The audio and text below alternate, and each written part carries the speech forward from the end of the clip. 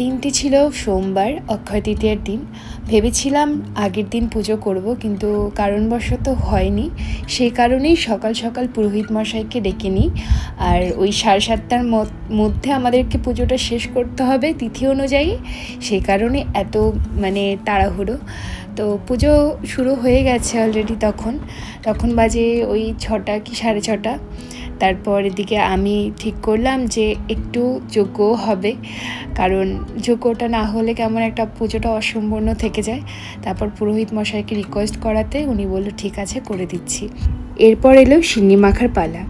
বলা যেতে পারে জীবনে প্রথমবার আমি সিন্নি মাখছি।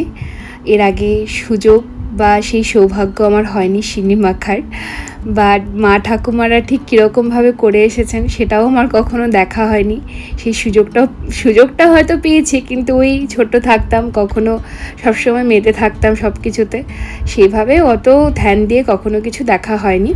কিন্তু এবার আমার ঠিক যেরকমভাবে মনে এসেছে ঠিক সেরকমভাবেই আমি করেছি। আর সবার শেষে এটাই সবার থেকে জানার ছিল যে ঠিক কীরকম হয়েছে। তো সবাই বেশ ভালো বলেছে, আসলে এটুকুই প্রাপ্তি। এরপর ভাবলাম যে পুজোটা যখন তাড়াতাড়ি হয়ে গেছে আর বেশ মনটা হালকা লাগছিল, ওই যে একটা ক্লান্তি ভাব সেটা আমার হয়নি।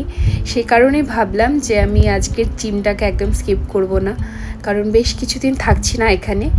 তো মাঝখানে অনেক দিন স্কিপ হয়ে যাবে, সেই কারণে আমি চলে গেলাম। ভাবলাম আধ ঘন্টা বা 40 মিনিট অন্তত সময় দিই নিজেকে। তো এই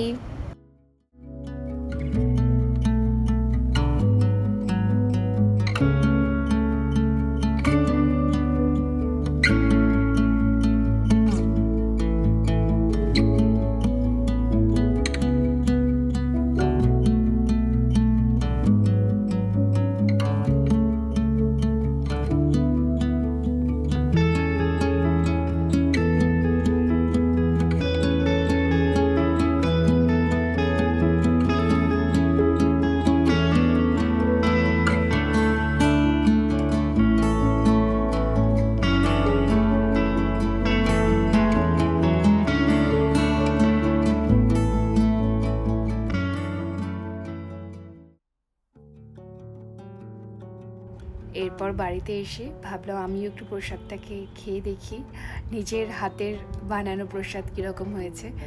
তো খেয়ে বেশ ভালো লাগলো, কারণ অনেক দিন পর সিন্নি খেলাম, আর নিজের প্রশংসা কী বা করব। আর এত ব্যস্ততার মাঝে রাতে আর কোনো ক্লিপস নেওয়া হয়নি। পরের দিন সকালে ঠিক এরম সবুজ দেখতে দেখতে আমি পৌঁছে গেলাম কুচবিহার। তো আজকের জন্য এটুকুই। দেখা হচ্ছে আবার একটি নতুন ব্লগে।